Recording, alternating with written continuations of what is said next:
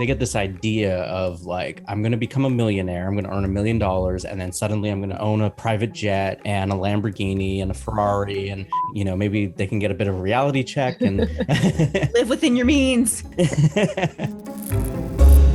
Welcome back to another episode of the Big Picture Business Podcast. Thank you so much for being here with us today. We have another incredible guest. Tracey Bissett is here. Hi, Tracey. Hello, and thank you so much for having me. I'm really excited for our chat. Yeah, same. We're really excited that you're here. You're in Canada, is that right? It is. I'm in Toronto, Ontario, in Canada. Nice. How's the weather? Was pretty good until today. Today I had my mittens on and I actually had my hat on because it was right at freezing mark this morning. I kind of like the cozy weather. I'm really into the sweater weather. How about you, Rory? How you doing? Good. Yeah, I mean, fall's great. Like you said, you get to put on sweaters and get all cozy and enjoy the leaves turning wonderful, beautiful colors. This is the first year being out in the Boulder, Colorado area that I really got to see the aspens turn. It's so beautiful. I feel like I'm in a different world. It's very cool. Anyways, since all of you listeners wanted to know all about that, let's talk about Tracey. She is super, super cool. I was really digging through her website and everything she's got going on is really empowering and inspiring. And so, Rory, I'm going to go ahead and let you introduce her. Tracey Bissett is a former executive at TD Bank, which is one of Canada's big five banks. And she's worked with and in support of thousands of individuals and entrepreneurs to secure the financing that they need. And combined with that experience and her formal education, which is a master's of business administration and chartered financial analyst, positioned herself uniquely to coach all things about money. We're going to be talking about money today. And Tracey's also a Silver Award winner for the IFSE Institute Award for Financial Literacy Champion. An honor to have you here. We're really looking forward to getting your view on money and then how you can share with our listeners. I think we're going to talk about some of the biggest mistakes business owners make, right? Absolutely. What I want to know, Tracey, why money? How did money become the big interest for you? I love money. So I want to put that out there right away. And I have loved money since I was a little kid. At the age of, I would say 6, 7 years old, it was the summer. I went to my mom, can I have some money to go to the corner store? So on the Monday, she gave me 25 cents to go get my candies and slushies and whatever I wanted. I went back on Tuesday, can I have some more money? And she said, no, we have money, Tracey, but not for you to go to the store every day. So my friend and I, we went outside and we were brainstorming ways that we could make money. So we'd have little garage sales, we'd sell our toys. We'd have little clubs we would create and charge kids to come play in our club. We would have these made up lessons like for skipping and tennis, and even created a neighborhood newspaper that we would interview our neighbors and then write about what they told us and get our dads to photocopy them and then go sell them back to the same people who gave us the interviews. So very enterprising. And so I learned at like 7 years old that money is the thing that can help you get what you want, whether it's something or it's an experience. And my dad was a banker, so I grew up in a household we talked about money pretty regularly. So I have a really logical, unemotional relationship with money, which is not the norm. And I've always had that nice relationship with it. So always known if you want to make money, there's always a way. You just have to think about it. You might have to be a little bit creative, but you can always get the things that you need. Logical and unemotional. I love that. That really resonates with me very well. That's not how most people think about money. It's more of a gut reaction, and there's feelings, and your views about money form when you're 5 to 7 years of age. And so I've had a little girl, 5 years old, tell me money is evil. Whoa. Imagine what was going on in her household. She probably doesn't really know what money is, but that's impacting her whole view of the world. And that stuff stays with you no matter how old you are, unless you do some work to change your reactions in your relationship to money. Yeah, that early imprinting. Wow. I've heard that certain language around money, absolutely, in the early developmental years for sure. Like rather than saying we can't afford that right now, or that's just not something we need right now. I mean, just slight word differences can make such a significant impact. Absolutely. It's been a long-standing relationship with my love of money. And I encourage business owners to make as much money as they can. And not because I want them to be hoarding piles of money, unless that's what they want to do. But when you have,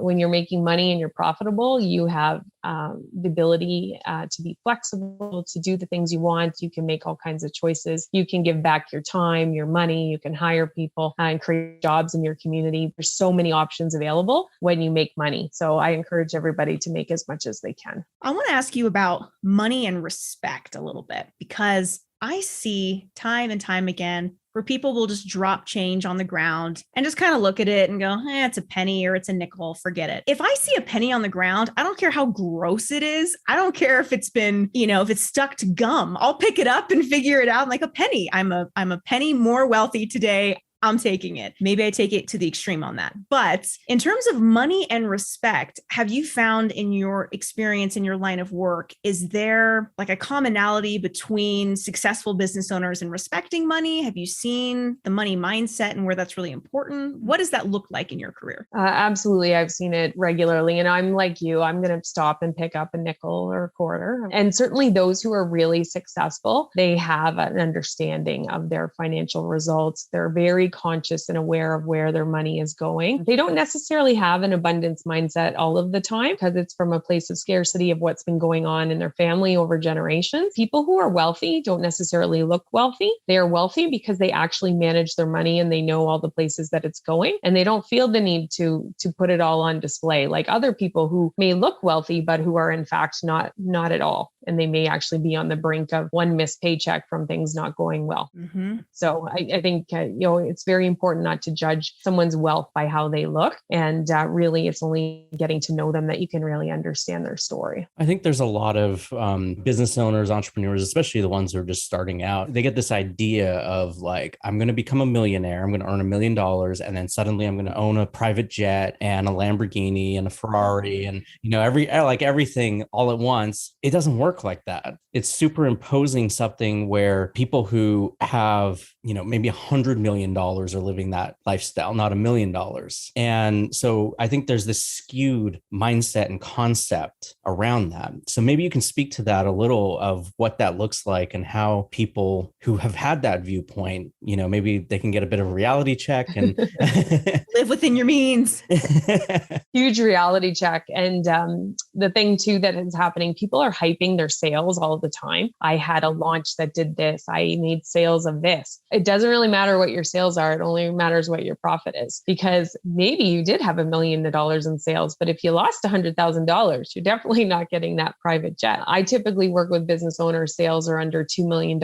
I would say across all different industries, 85% of them are pricing unprofitably. So not only are they not getting like the fancy sports car and having the private plane, they're not even getting regular paychecks. And they're in this harsh reality of what's going on. I thought that if I sold some things, this was all going to magically work out. It's about getting to know your numbers, making sure you're going to make some profit. Charging for your time is another big one, which a lot of entrepreneurs are very lax at. They think they have lots of time, so they'll just do more stuff without really accounting for it. And then that reality and the fantasy kind of merges together, and it's a harsh reality for them. Mm-hmm. So where should someone start when looking at their money? So number one, they should be assessing their products or their services to see if they are profitable. And we've got to make sure we cover the costs that are variable, the ones that we incur because we actually sell something. Then we've got to cover the fixed costs. So if we have a premises and we pay rent, our landlord doesn't care if we make any sales. We've got to pay them no matter what. Make sure we're covering our time in there, and whether it's a fixed or a variable cost. And then make sure there's some allowance for profit. I think, and especially when I work with business owners, if we can't figure it out on paper really quickly, we're making it too complicated. So there's this myth out there that numbers are complex and it's so hard and you can never figure it out if you're not good at math. But if we can't get to the bottom of the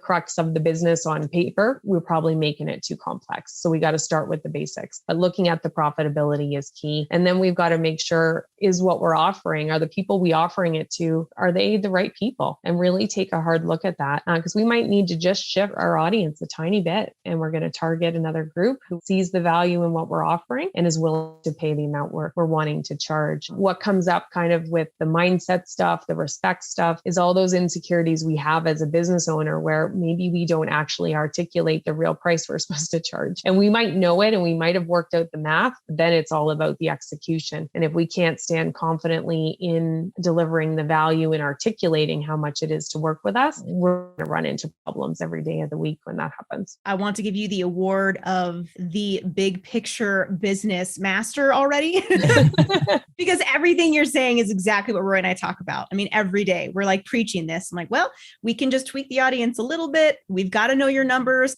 I preach it all the time. If you don't know your numbers, where are we? I mean, it's impossible to understand how we're going to make some profit here, right? Well, it's super stressful because I see it. I can like visibly see something weight sitting on their shoulders, even when we're on Zoom meeting, and there's strain and there's stress. And that permeates every area of your life, your physical health, your mental health, all your relationships, even in your relationships with your customers, because you've always got half your mind on, oh my gosh, am I going to have enough money? Is this going to clear? Am I going to be able to pay that? Will I be able to collect those payments? And as soon as you get a handle on your numbers, if you do have a problem, you can actually get onto solving it and quantify it and proactively make plans versus this unknown imaginary problem that's usually worse than the actual result is. So once people actually get a handle on their numbers and can quantify it and actually take a forward step, you can just see the pressure just lift right off, and they seem so much lighter and happier, and they're more creative in whatever they're actually good at doing. Yeah. I can, yes, of course. To us, that's obvious, right? But I'm sure there's so many people listening going, oh, maybe that's why I'm totally stressed out, because I don't know my profit margin. I have no idea. I'm just trying to figure things out. What would you say are some of the biggest mistakes that business owners make? The first one I see is just avoiding or delegating responsibility for the financial side of the business. So either I'm not good at math, or I hate numbers, or if I just work hard, things are going to work out. That's kind of the first camp. The second camp is I hired the accountant and I have the bookkeeper and they're handling it, so I don't need to bother with that. And so neither one of those is a good place to be. You need to be on top of your numbers. I don't believe business owners need to be their own bookkeepers. They absolutely should outsource that task, but it is their responsibility at least once a month to review their numbers, review their cash flow, create a cash flow forecast that they maintain that goes out about 6 months into the future. And so for those who may be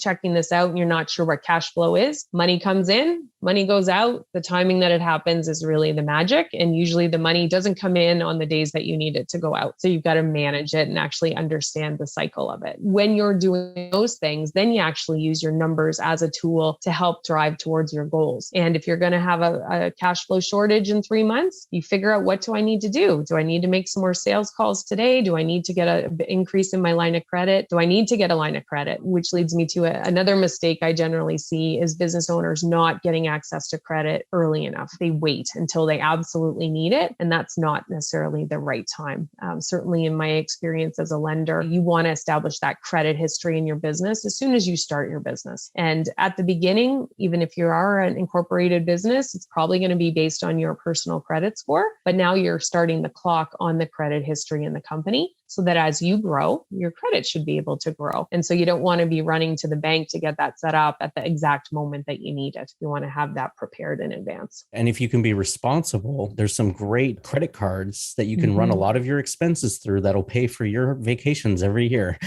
Absolutely. Yeah, I don't think debt or credit is good or bad. It's all in how you use it. If you understand your roles and responsibilities and you behave accordingly with it, unless you get too much to the tipping point where it's too heavy to carry. But if you're managing it appropriately, there's lots of upside from using other people's money. Yes, indeed. Every single transaction goes through my credit card and I pay it off every month, but it always goes through because I want those points. Yeah. Points are magic. You got to leverage every advantage that you can as you're running a business, because there's other things that you can't do, that the benefits that you have being an employee versus a business owner that you don't have access to in some ways. So utilize the ones that you can to your advantage. right? Absolutely. Something that shocks me still to this day is that I know like public high schools, this is a gross assumption. In my experience with the public high schools that I currently see, my experience going to a public high school, why do you think that basic money fundamentals are just not taught? Why? And why are we left to figure this out on our own? I know a lot of peers that are just so deep in debt because they just thought, oh, I'll open a credit card and free money, yay, and never learn how to pay it off. And they realize, oh, wait, I have an interest rate of like 18.5%. You know, I mean, what do you say to that? I completely agree. It's just as bad in Canada. They've added some more programming in the province I live in to grade 10. I just participated in an RFP to add some to grade 9, but it's 3 20-minute modules. That is not going to move the dial. I think that as soon as people are old enough to walk and talk, they should be learning about money. And there's age appropriate lessons, no matter how old you are. You can always be learning something. Think about when you're a kid, you could play store, you could make change. That used to be a game people would play, or maybe that was just at my house. There is age appropriate lessons, and the school system does a really poor job of educating and preparing people. So that's on the personal finance side, let alone there's no training for business owners. And then what happens is that the school system is going to point their fingers at the families, and the families have never been taught either. So it's not really a reasonable expectation that they can teach their children. So I think that definitely needs to change. And that brings up a good point. It reminds me that so many business owners I talk to, they feel ashamed and embarrassed, and they feel like it's their fault. They don't know how to run the financial side of their business. They started their business because they're excellent at what they do, not because they were supposed to have this financial knowledge. And so unlike sales or marketing or operations where it's no big deal to get assistance and ask for help, there seems to be some shame around the money side. So I just want all the business owners listening to know that it's not your fault. If you don't know how to do it, you've heard here today how important it is, and you need to ask for help and get the help that you need, but you don't have anything to be embarrassed about. Thank you for saying that. It's really important. Let's talk a little bit about pricing, because I imagine that you talk with some clients where it's like, wait a minute, either they're way underpricing or maybe they're pricing themselves out of the market entirely. What do you run into with that? Mostly the first, everyone is underpricing. So last week I worked with a client and we just went through every service. It's a medical practice. And so they have different types of practitioners, and all except one, we're losing money on every service when we factor in some allocation for fixed costs. And she's like, oh, this is so terrible. I said, well, it's not great, but now we know, and we've got the facts in front of us. So now let's brainstorm the options, how we're going to change this. Number one, you're underpricing. You can easily add a 10% lift on all these prices right away and start to be at least making a little bit. You've got a lot of excess capacity in your location. Even if you don't want to bring practitioners into the fold under your brand, let's rent out the space in the off time, make some money. Let's maybe have hours for the practitioners that make less margin, beef up hours for the ones that make more. And we were brainstorming, and within probably 15 minutes, we came up with 4 options to quickly change things. And so it doesn't take a lot of time. It's not super complex, but then it requires the bravery to go forward and communicate pricing changes to clients, to actually follow through and implement. Maybe some people in your team might not like it and you have to get them on board. So there's lots of things that go with it, but chronic underpricing is the norm. And if it's any kind of service-based professional, coaches, anything else service related, they're not charging for their time. And so when we throw even notionally in, how much would you have to pay somebody else to do it if you didn't do it? They're underwater right away. It's about, like we mentioned off the top, do we have the right clientele? Have we actually scanned the market to see what other people are charging? We know what we need to charge based on what we're offering. Let's maybe shift our position. It's okay to be higher priced than other people if we're offering more value, as long as we can articulate all of the things that we're offering in a confident way, not, oh my gosh, I hope that you would like this and hope that you think it's good. And if we don't come across confident, nobody's going to want to buy anything from us. So chronic underpricing across the board. And for most business owners, they can just increase their prices. So do you find a difference between like a medical practice versus online type of businesses and how they're approaching their businesses and their pricing and all of that? Somewhat, but it is pretty consistent themes, actually. So they're not actually doing a deep dive on what all those expenses are. For the most part, when someone's online, they have a lot less fixed costs, but they still have more than you think about. This plugin that makes my website talk to the shopping cart, that makes it link to my online academy, and all those things are run running up all these subscriptions every month. If we don't look at our numbers, we don't remember about all this $50, $100, $200 there, and thinking about all of that stuff. So really getting in the numbers is key. Again, people hyping with sales and not looking at the profit, because everyone's like, oh, my sales were this. I'm like, yes, but you made no money and you still didn't get paid. And I don't think most business owners either leave a job or start a business in lieu of taking a job not to get paid. And it's so important that you look after yourself personally so you can have somewhere to live, you can pay your own bills, you can go on a vacation, whatever you want to do. You've got to be able to get paid from your business to make your whole life work. I'm glad that you brought up subscriptions. I feel like that can be a really quick rabbit hole, and you forget where you sign up. Not you, I often forget where I've signed up. And I use a great app. It's an awesome tool called Truebill. It reminds me, hey, you have another rebill coming up for this company in 10 days. Do you want us to cancel it for you? Do you still want this service? And when you really start racking up all the subscriptions for my business, because of Sweet D Marketing, I mean, we're talking thousands of dollars a month just in subscriptions to make all these sites function correctly, right? So it can get a little out of hand if we're not keeping track of the subscriptions, because you get hit sometimes not during the same day of the month, right? It's like on the 10th, I'm getting, charged $1,500, and the 4th, there's another 1,000. What is happening? Especially if you're removed from it. So like, I didn't make my own website. That's not my skill set. Then I'm like, did they use these things? And did they use this? Are these things actually in use? Are they not in use? So I've been finding myself sending emails. Are these things active? Do we need this? Or can I cancel this? I don't want to cancel things and make my site go down. If you're weren't involved in the original buying of them or setting it up, it's hard to actually know. So you got to do a little bit of digging. Yeah, those are great questions. Every business owner should be asking themselves, what is truly necessary for the functionality to keep the business growing and moving forward? A lot of those things, being a web developer, sometimes are tests. Sometimes they're not being utilized at all. Sometimes it was a yearly thing you needed. So yeah, it's important to look at those subscriptions, especially for website building. Absolutely. And from an agency standpoint, one of the things that we try to do is always include all of that as part of our pricing. Say, this is our monthly pricing to do this and manage the service for you, but it includes everything that you need. A lot of transparency. Yeah. Make it as easy as possible. I'm always breaking down the names of things, what they're for, and how long we need it, because I don't expect people to understand what it's for, every little aspect of it. It's impossible to keep track of it all. So batching all the data and saying, here you go. Yeah, it's important. Absolutely. I think that's the cornerstone of my agency is, what do I want? And so that's what I'm going to give to my clients, right? I love the idea of thinking about finances as like this constant thing you need to do. It's totally fitness of the mind. How did that concept come about for you? I always found the term financial literacy to be very negative, and it automatically people kind of step back and they were like, oh, I'm not illiterate. Why are you saying that about me? So being financially fit, it's just like a physical fitness. We might be taking that first walk around the block, getting off the couch, or we might be training for a marathon. We're on this spectrum. The same thing happens with our financial knowledge. We've already talked about that we don't necessarily get taught in school. Maybe our families help us a bit, but we're picking stuff up everywhere we go and through different experiences. So we might be learning about bank accounts. We might be becoming a more sophisticated investor. Everyone's on a different place on the spectrum. And I really want to encourage people to take small, imperfect actions every day. Just a small one thing. What can you do today that's going to make you more financially knowledgeable, more capable, more confident? And you're going to have missteps. So it's so important to just get back on the path, keep moving, keep trying, and be really kind to yourself when you do make some mistakes, because it's going to happen. Everybody makes mistakes. If someone's wanting to start their education, not sure where to start, what do you usually recommend? Well, it's never been a better time to learn about whether personal or business finances. Podcasts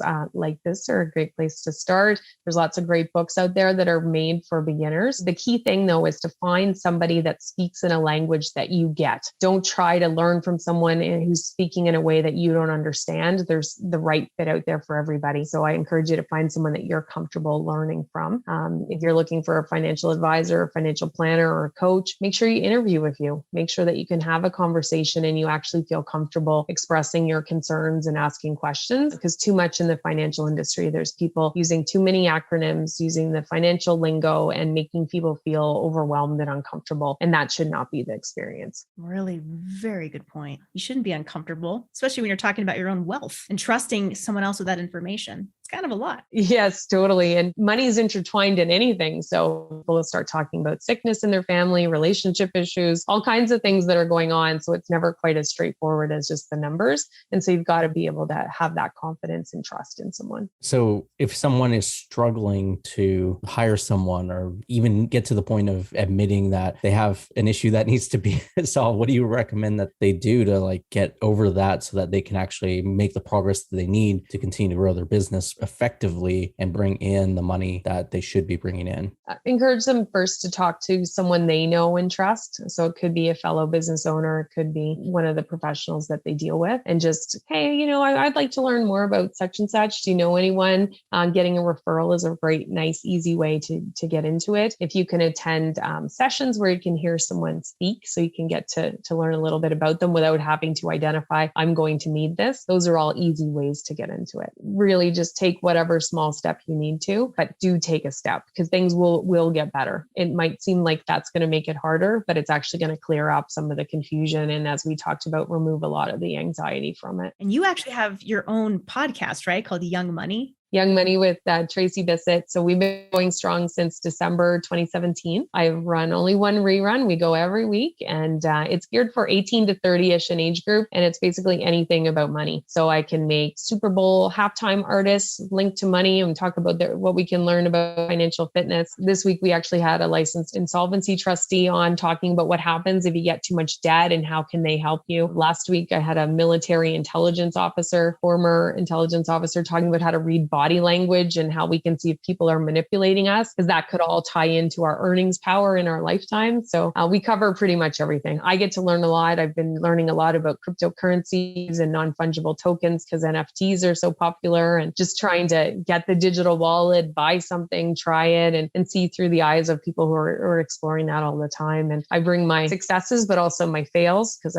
when I was getting my crypto wallet, I had quite a few fails with that, because not all were going to line up with my bank. They wouldn't accept them all. So let's talk about something, the difference between what you're doing in Canada versus the US. I think there's two things to touch on. One is there a difference in how people approach money in Canada versus the US? Two, are there different ways that they can go about their business or different limitations? Because we want to make sure that people are clear, right?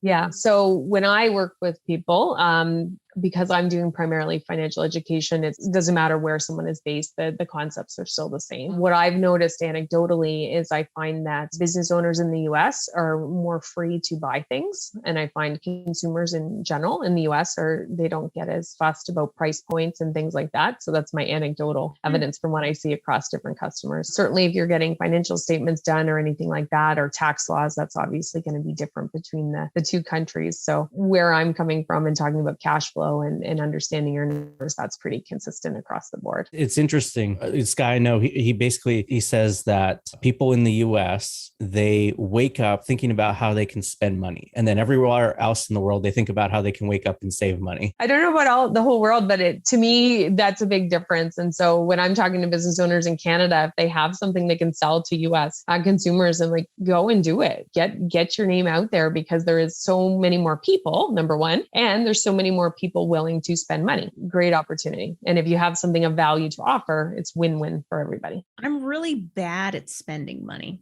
great at making it, but I don't like to spend it. When I was a kid, my grandmother, who has since passed, used to tell me, honey, it's not always about how much you make. It's about how much you can save. And I took that to heart, and I save. And then when I really want something, which it's few and far between, like I bought my house. I really wanted the house. Okay, we're going to buy a house. That makes sense. That's where money went. But things here and there, I'm not good at it. What do you have to say to someone like me who's not good at spending the money? I'm a little bit of a penny pincher, I guess. Well, I would get you to look at how happy you are, how happy you feel. Are you having the experiences you want to have? If you're happy with your life, then there's nothing wrong. But if you feel like you're missing out on stuff because you're trying to save too much, probably want to explore that. So there's probably a little bit of scarcity mindset in there, of wanting to control all that money and take it in so that if something happens, you've got more than enough.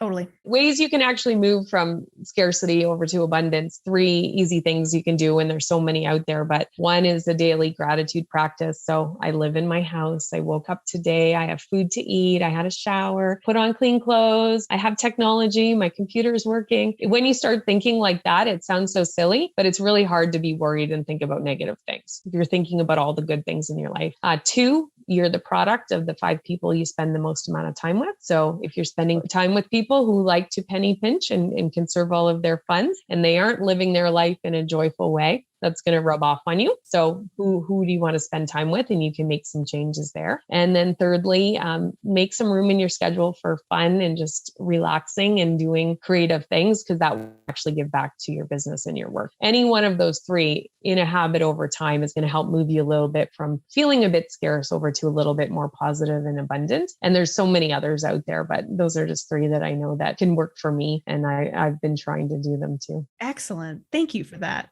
I only very recently, this is going to sound ridiculous, but I only very recently started finding joy outside of my work because I felt like I needed to do that. I'm obsessed with my work. I love it. I'm so fulfilled by what I do, but I realized that boundary can get a little unhealthy. Like I should not be working all the time. I need to do something other than that. And it's taken a lot of time to figure out, what do I want to do? Where is that spark of joy? And so thank you for that reminder again of just being on that path of, for example, I love to paint by number, like the huge paint by numbers for adults. It takes like months to do. And it's so fun for me. It's kind of aimless. And I can just think about, Well, what happens though, if you tried to do your own picture, you'd be stressed about your own artwork. Yes. And then you actually couldn't think about work, but I bet you have a breakthrough about your work. I really like you. This is fun.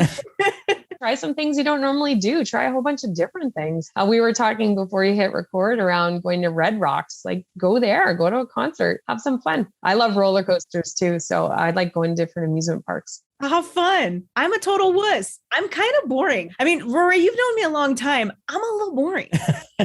Not a competition for excitement. It's whatever you like to do. So if you like to read books, you like to walk, swim, whatever, just take some time. Good advice. Thank you. Yeah. Or, write some music. Write some music. Yes, I know. We need to get on that. Rory's been on me for months. We haven't written anything new in a couple of years now. So it's time. We got to do it. Tracey, this has been so lovely. I know that you are graciously offering our listeners a gift. Can you tell them a little bit about that? Absolutely. So I talked about the importance of looking at your numbers and having a regular time dedicated in your calendar. At a minimum, you're doing it monthly, but a small amount of time each week to carve out, just like you do those other activities in your business. So I have a money meeting agenda to get your listeners started. So if they've been inspired today, they can take action right away. They can download it at cashcoach.biz. And the first meeting might be just looking at it. And that's okay. That's where you're starting. That's where you're going to start. Might be looking at your bank accounts. You're just going to move into a routine. And if you do have a business partner, at least one of those meetings a month should be with your partner so that you're talking about what's going on and that everybody's up to speed.